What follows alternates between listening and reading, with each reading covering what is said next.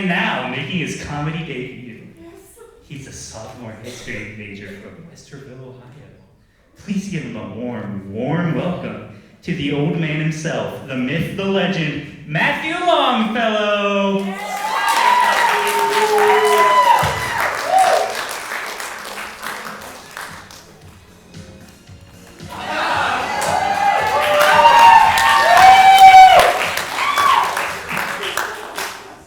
How's everybody doing? All right, so before I begin, I should probably give a brief disclaimer. This program will touch on some sensitive material such as college sports rivalries, extraterrestrial life, and fire alarms. The views and opinions expressed in this program do not necessarily reflect the views and opinions of Matthew Longfellow and Associates. If at any time you need to leave, and most of you know me, there's going to be nothing offensive in this show. So everybody's doing good. Cap fam, we're Capital, woo! We're standing here right now at Capitol. We are at the oldest higher education institution in Central Ohio.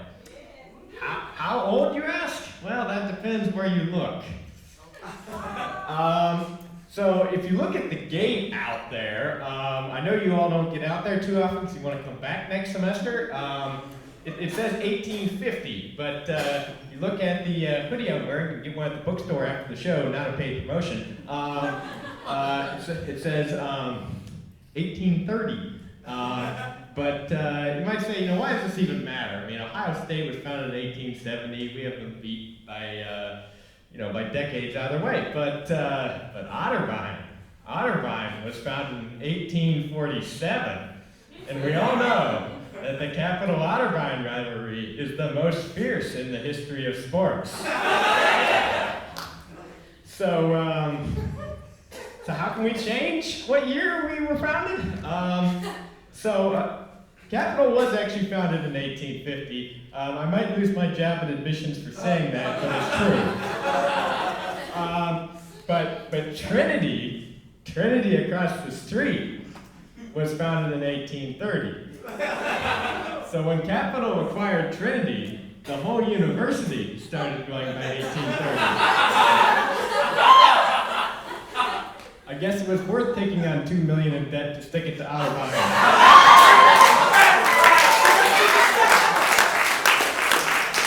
So how does this work? If I marry someone older than me, can I call myself a 90s kid? Anyway, I'm probably getting a little carried away here, but hey, there you go. You learned something new about Cap history. You also learned that number manipulation is always a fair way to one-up your rival. But you didn't learn that in your stats class. Anyway, we joke about it now, but this Cap-Otterbein rivalry, that was some serious business back in the day. In the 60s, I hear some students snuck onto campus and burned a big O in the middle of the football field. That wouldn't happen today, because just bringing the matches onto campus would probably set off the shot fire alarm. Also, you ever hear the story about back in the 1800s, some Otterbein students tried to raft up Allen Creek to Capitol, and one of them fell off the raft and died. It was bad. That's a true story. Look it up. But you have to wonder, what was so important they would have to get up here? I mean, didn't they have Uber back then? But you have to wonder, Capitol changed their sign again. We got to stay the oldest institution in Central Ohio. Let's go get them. We're coming for you, fighting Lutherans. And yes, that was our mascot. The Fighting Lutherans. What is that? Is that the Fighting Irish with Martin Luther's face on it or something?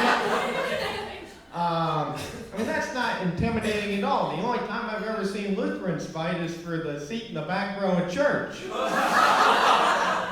I've been sitting there for 20 years, Sonny. That's my seat.